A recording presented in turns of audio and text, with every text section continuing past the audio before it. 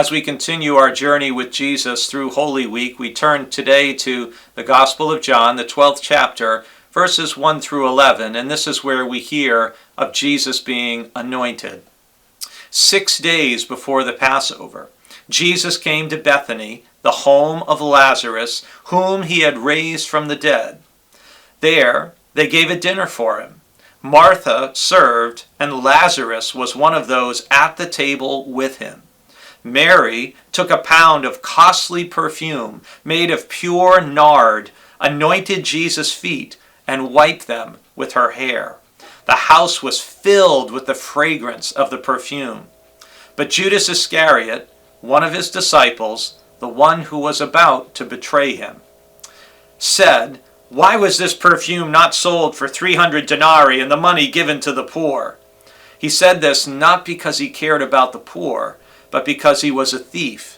He kept the common purse and used to steal what was put into it. Jesus said, "Leave her alone. She bought it so that she might keep it for the day of my burial. You always have the poor with you, but you do not always have me."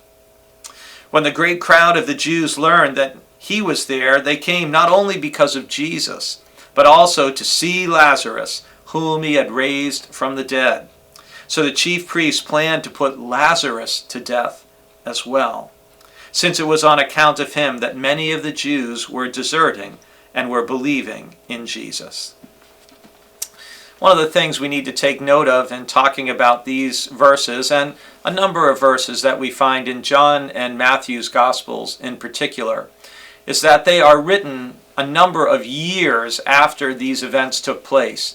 And by then there was already a growing distinction between people who self-identified as Jewish, who also believed that Jesus was the Christ, the Messiah, and people who were Jewish who did not share those beliefs.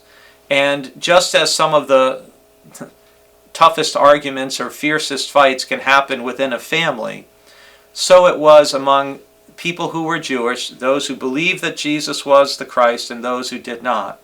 And so even though Jesus and his first followers were all Jewish, that's why you see this distinction of John talking about many of the Jews were deserting and believing in Jesus, and this distinction.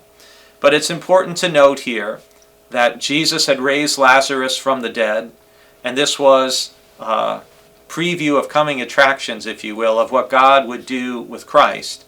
And Mary's anointing of Jesus before his passion is also a preview of what would happen when the women would come to the tomb after his crucifixion on that first Easter morning to anoint Jesus' body for burial, and to find a very different situation than they anticipated. God be with you through this day.